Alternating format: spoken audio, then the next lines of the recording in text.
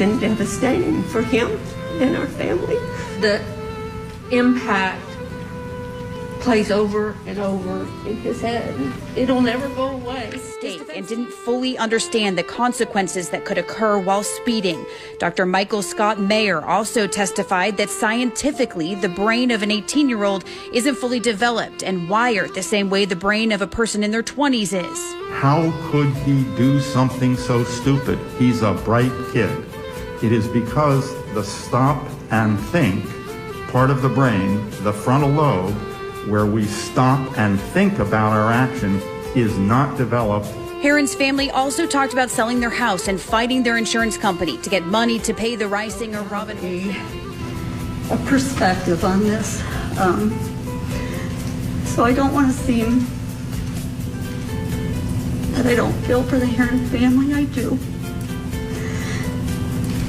But their perspective on what they've lost can't compare to two sweet souls crossing the street coming home from a party. The state also pulled up a log from Heron's Mustang that details how fast it was going just days before the crash, 162 miles per hour on I-75. This was a crash, not an accident.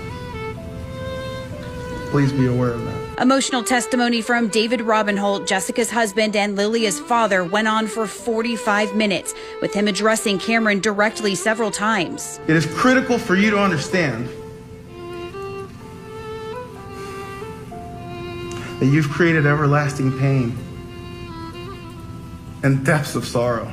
He described his wife, her character, and personality. He then discussed how it feels to walk into his daughter's bedroom. I can't get the thought out of my head of the entitled monster who killed them.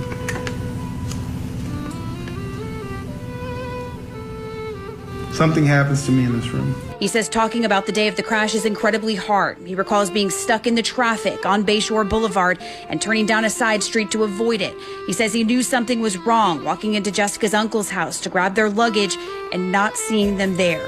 He says a stranger drove him to the hospital. I remember seeing a chaplain walk out, and I knew she was dead.